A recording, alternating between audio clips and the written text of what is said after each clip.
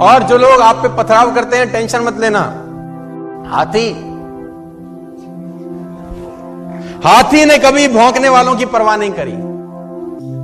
अच्छा देखो, किसी गांव में एक हाथी आ जाए, मैं उस दिन भी सुना रहा था किसी को, तो गांव भर के वयोवृद्ध जो बुजुर्ग लोग रहते हैं हाथ जोड़ के खड़े हो जाएंगे, जय हो गणेश जी महाराज, जय हो गणेश जी महाराज।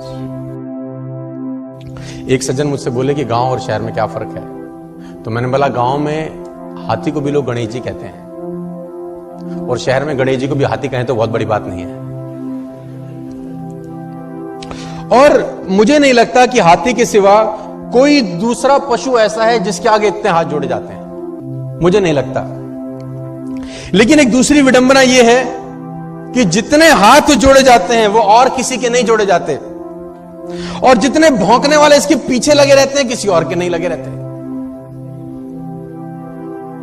गलत तो नहीं कह रहा मैं आपसे। जितने हाथ जोड़े वाले इसके सामने खड़े रहते हैं उतना किसी और के नहीं, और जितने भौंकने वाले इसके पीछे रहते हैं किसी और के नहीं। गांव भर के वयोवृद्ध हाथ जोड़े खड़े होंगे और भौंकने वाले पीछे पड़े होंगे, तो टेंशन लेने का जरूरत। और मुझे आज तक साला ये बात समझ में नहीं आई कि कुत्तों को हाथी से तकलीफ क्या है। हमको कुत्तों की बात समझ में नहीं आती, उनको हमारी नहीं आती। अगर समझ में आती तो हम पूछते कि भैया तुम्हें तकलीफ क्या है, और कुत्ते जवाब देते तो क्या देते मैं ये भी बता दूं आज आपको।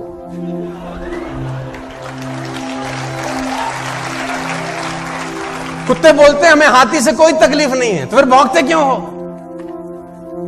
तो फिर भौंकते क्यों? बोले एक ही बात बोलते, हमें तो इसके आगे हाथ जोड़े खड़े हुए जो लोग हैं ना वो सहन नहीं हो रहे साला।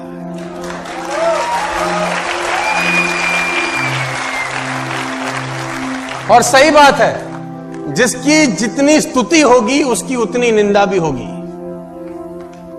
जिसकी जितनी स्तुति होगी उसकी उतनी निंदा होगी। स्तुति करने वाले हाथ जोड़े खड़े होंगे और भौंकने वाले पीछे पड़े होंगे। तो घबराने का जरूरत नहीं है कि अगर लोग आपको ताना मारें, टेंशन दें, आप अपना मस्त आगे आगे चलो। लेकिन दिक्कत क्या है? अच्छा, कुत्तों की इतनी हिम्मत नहीं है कि हाथी के आगे आके भौंके। आगे आके भौंकते नहीं, पीछे भौंकना बंद करते नहीं। लेकिन आप देखो हाथी को, देखो उसकी चाल में मस्ती बनी रहती है यार, क्योंकि वो हाथ जोड़ने वालों के पास ठहरता नहीं है और भौंकने वालों की तरफ मुड़कर देखता नहीं।